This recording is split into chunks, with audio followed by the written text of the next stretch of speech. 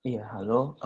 Perkenalkan nama saya Rizky Anggita Siregar, NIM 135193132. Hari ini akan menjelaskan tentang makalah yang telah saya buat yang berjudul Aplikasi Algoritma Uniform Cost Search atau UCS pada permasalahan fastest path wilayah perkotaan.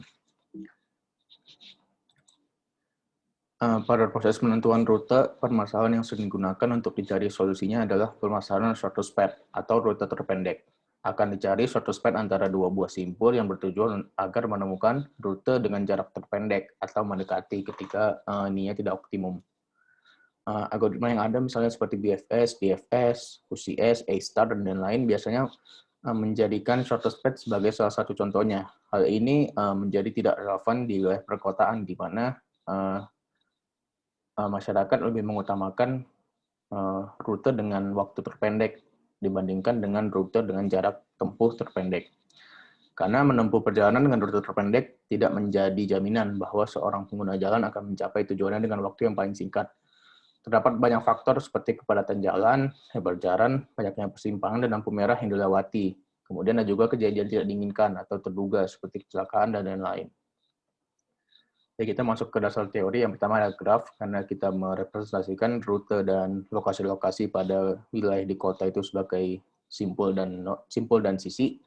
Yaitu graf merupakan sebuah objek yang digunakan untuk merepresentasikan hubungan dari objek-objek yang diskrit dan hubungan di antaranya. Soal yang terkait, graf pertama kali dicetuskan oleh Leonhard Euler pada sebuah artikel ilmiah berjudul Seven Digits of Konigsberg. Sebuah graf G, V, E yang terdiri dari himpunan vertices atau vertex atau simpul dan himpunan edges atau sisi.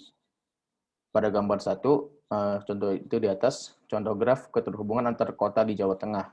Himpunan V atau himpunan simpul adalah himpunan kota yang ada pada gambar tersebut. Kemudian himpunan E atau sisi adalah himpunan jalan yang menghubungkan tiap kota. Kemudian dasar teori yang kedua adalah tentang algoritma pencarian atau search algorithm. Algoritma Uniform Cost Search adalah salah satu jenis algoritma pencarian atau search algorithm. Permasalahan route planning atau perencanaan rute termasuk salah satu permasalahan yang memanfaatkan algoritma pencarian ini. Algoritma pencarian terbagi menjadi dua jenis, yaitu uninformed search dan informed search atau heuristic search. Jadi ini ada gambarnya, search algoritma terbagi dua secara garis besar. Ya, selanjutnya tentang informed search. Informed search merupakan algoritma pencarian memiliki informasi tambahan atau heuristik untuk membantu proses pencarian lebih baik dan lebih cepat. Misalnya pada algoritma A-star dan greedy best fit, pada permasalahan shortest path terdapat heuristik straight line distance atau SLD yang akan dijadikan sebagai parameter untuk menentukan simpul mana yang akan di-expand. Kemudian yang kedua adalah uninformed search, merupakan kebalikannya dari informed search, yaitu algoritma pencarian yang tidak memiliki informasi tambahan pada proses pencarian solusinya. Algoritma akan mencari dari node awal hingga simpul tujuan atau goal node dengan hanya mempertimbangkan informasi yang sudah diberikan di awal permasalahan. Jenis ini juga disebut sebagai blind search atau pencarian buta. Contoh algoritma jenis ini adalah depth first search atau DFS, breadth first search BFS, depth limited search, iterative deepening search, dan uniform cost search yang saya gunakan di makalah ini. Kemudian dasar teori mengenai algoritma uniform cost search. Jadi perbedaan utama antara BFS dan DFS dengan algoritma uniform cost search adalah algoritma BFS dan DFS tidak mempertimbangkan weight atau bobot, atau dalam hal ini adalah cost pada sisi antara dua buah simpul. Pada permasalahan shortest path dan farthest path, bobot tersebut tentu dibutuhkan sebagai dasar perhitungan cost atau biaya yang harus dikeluarkan dalam penentuan rute nantinya. Pada BFS dan DFS, bobot setiap sisi dianggap sama. Bisa kita bilang seperti itu. Jadi BFS DFS dia menganggap bahwa setiap sisinya berbobot satu atau sama. Jadi dia tidak mempertimbangkan prioritas diantaranya. Pada algoritma UCS, untuk menentukan simpul mana yang akan di-expand, dan urutan simpul hidup selanjutnya yang akan di-expand menggunakan sebuah fungsi GN, yaitu fungsi yang menyatakan cost dari simpul E atau simpul expand dan simpul-simpul tetangganya. Jadi simpul expand yang akan di-expand berikutnya didasarkan terhadap urutan simpul hidup yang ada. Jadi seperti priority queue, di mana simpul dengan cost terendah ditaruh di paling depan antrian dan berurutan seperti itu. Jadi ini ada contohnya, ada sebuah gambar, sebuah graf dengan 6 buah simpul, kita bisa lihat misalnya kita akan mencari rute dengan cost terendah dari simpul S ke simpul G. Simpul E saat ini kita mulai dari S, yaitu simpul S, dan simpul hidup terurut berdasarkan fungsi Gn adalah tetangga dari simpul E, simpul S maksudnya, yaitu AS1 dan DS5.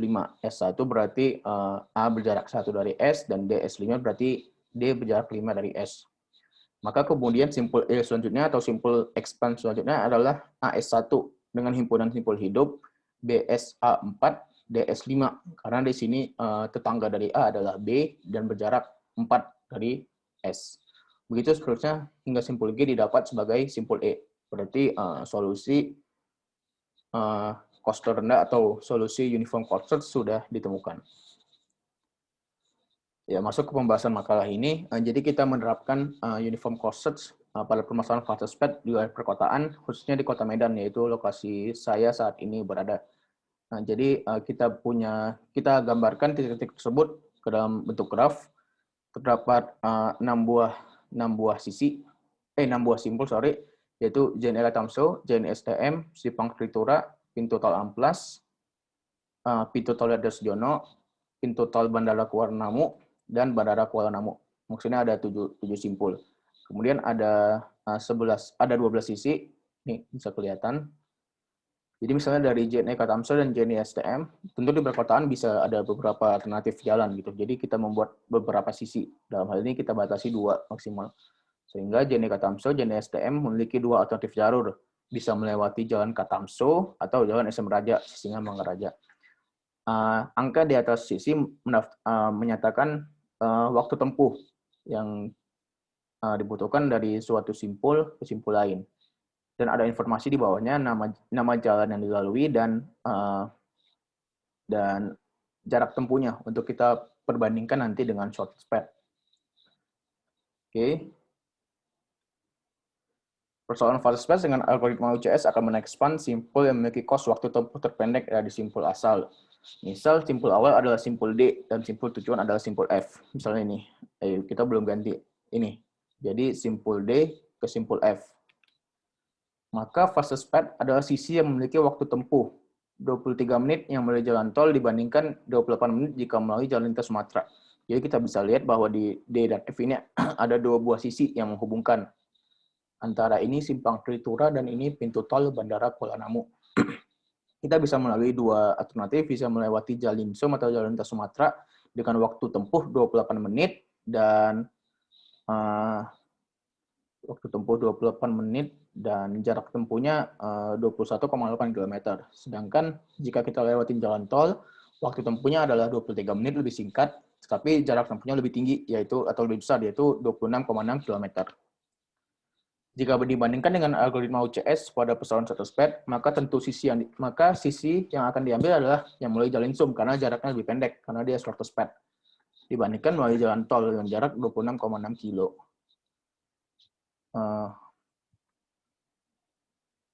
Oke, kemudian inti makalah ini kita coba eksplorasi. Kita mulai dari titik A hingga ke titik F, yaitu dari JNE Katamso hingga mencapai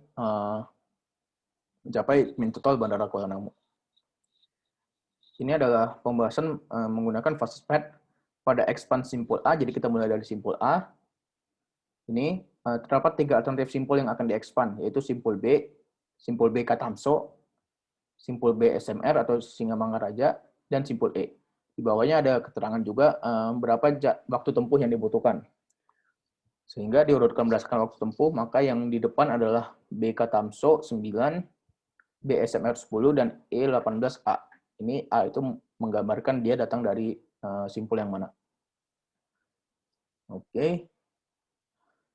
Dengan algoritma UCS, maka simpul dengan cost rendah yang akan di-expand berikutnya adalah simpul B SMR.